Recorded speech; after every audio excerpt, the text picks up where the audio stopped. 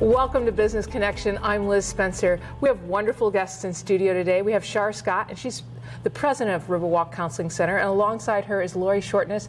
She's a DUI coordinator and practice manager. Ladies, welcome to the set. Thank you. Thank you. Nice to be here. Tell me a little bit about your practice.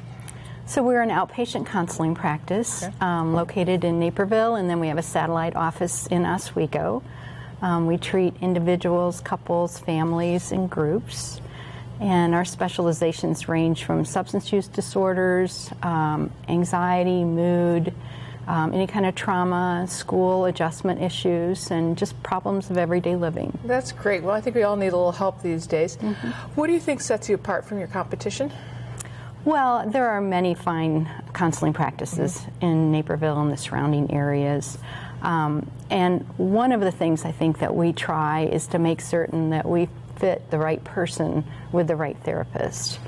We do an evidence-based model called feedback-informed treatment, where we're really assessing like the rapport, which is, statistically the most important thing as far as a positive outcome. Well, yeah, and I think it would be very challenging, a little scary for that first meeting to figure out, am I the right fit with the right person that you're going to share a lot with? Right. And so we're assessing that, and we're letting them know in a transparent way that we want to do what's right for them. That's awesome. One of the things I think you specialize too is in education, and one of the things you're here to talk to us about, Lori, is your DUI education and counseling. I find this fascinating. Tell me, what is one of the most common misconceptions about a DUI? So I think the most common misconception is that people think that as long as they get below a .08, if the police officer asks them to blow, that they'll be safe. And that's so not true. If you're out and you have a drink or two with a friend and you feel fine, you don't feel it at all. But you get in your car and you get on the road, and let's say the police stops you, your tail light is out and it's an evening, and they'll ask you, have you had any drinks? And then if they do make you use the breathalyzer and you blow any alcohol at all, you're going to get a DUI. Wow. What part of the DUI treatment and program that you guys play in there? Because I think most of us think about DUI and we think legal. We don't think counseling. When do you come in? Well, it is legal. So if it's DuPage County, they have to have their evaluation done at the courthouse. Yeah. Otherwise, we can do the evaluation, and that determines the level of care they're going to need, what risks they are. So if it's their first DUI, they might only have to have 10 hours of education. And in that, we talk to them about values, what their values are. We talk to them about what equals a serving. One glass of wine, one shot, one bottle of beer, all equal one equivalent to one drink. So we teach them things like that in the class. What do I think most people are trying to get through it, but what do they usually find out about themselves? Most of them don't think they have a problem. They think it was bad luck. But one thing I've experienced, and it's very sad, is that they have a lot of shame. They just feel awful, they feel embarrassed. If it gets into the paper, there's really a lot of embarrassment. Sometimes it affects their job, they lose their job. Sometimes they can't drive, so they can't keep the job they have. So it affects them in a lot of different ways, but I think mostly it's how badly they feel about themselves because of the DUI. Wow, and that's where you guys, not only education, but also some feeling, helping them to feel a little bit better about themselves. Yeah, I mean, it's a mistake. It's a very large mistake, but it is just a mistake. And luckily, they didn't get hurt and no one else got hurt so far from all the clients I've had. So it's a tough lesson, but it doesn't have to mean that they're a bad person. They're good people that just made a mistake. That's wonderful. And I think, and when I think about counseling, I think about therapists.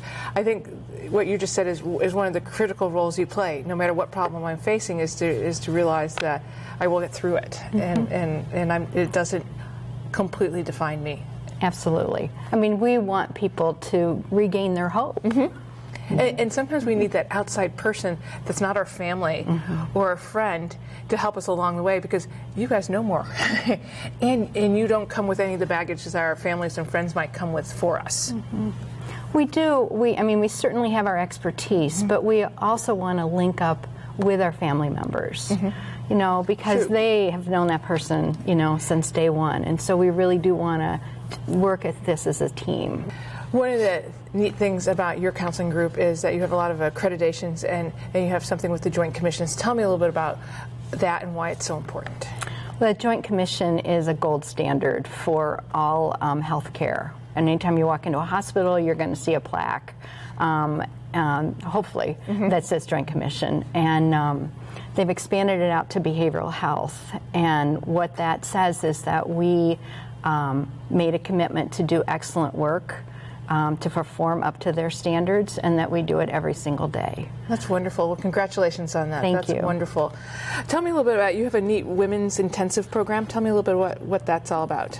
Right. So we're really excited about starting gender-based treatment for intensive outpatient programs. And so what that really means is that people are going to be coming to our center 3 times a week, 3.5 hours a day. We're starting with the women's program because we know that women have a different route to substance abuse problems than men. And so we want to focus on that. There's more and more literature and research about women having trauma early on that may have precipitated, and also relationship issues. And so we want to sort of nurture them and provide them with a safe environment. It sounds like you're a lot of education based here, that you're trying to not only listen to my feelings but give me some tools to work with. Why is that so important? Well, more and more, I think behavioral health is moving towards evidence-based treatment, and we have a strong, I think, commitment to education. We have 3 or 4 master's students in our center at all times who are bringing forward new ideas. And then they're also able to see people that maybe are uninsured or have maybe a public insurance that we're not able to accept for a very low fee. So students keep us fresh, and I think continuing to grow in this field. Right. Well, I think the collaboration keeps you fresh. You guys are really ahead of the curve. Thank you so much for stopping by and sharing what you do and giving us a little bit of insight into what we need to be thinking about. We're going to be right back with more Business Connection. Stay tuned.